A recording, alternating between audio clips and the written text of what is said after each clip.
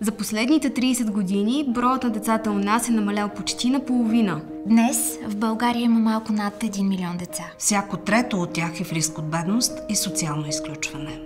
България е единствената европейска държава без национална детска болница. И децата ни трябва да разчитат на дарителски кампании за лечение. Всяка година хиляди деца остават извън яслите и детските градини, защото няма места. Съдържанието в учебниците е безинтересно за ученици, учители и родители. Децата ги няма във важните политики. В България никой не отговаря за нас. Затова ние от Национална мрежа за децата се борим всеки ден. Вече 17 години отстояваме искането ни държавата да изпълнява ангажиментите си към децата. Искаме деца, които живеят добре и семейства, които се чувстват подкрепени да се грижат за тях. Борим се държавата да има план за това, как България да стане добро място за грижа за деца.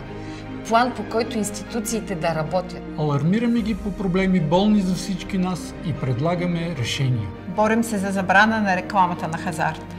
Той разболява децата. Борим се да имаме истинска детска болница. Водим дела за деца, жертви на домашно насилие. И за място в ясли и градини за всяко дете.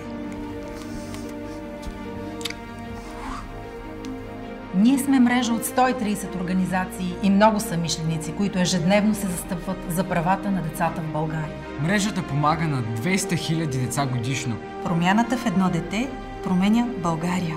Бъди част от нас. Стани месечен дарител.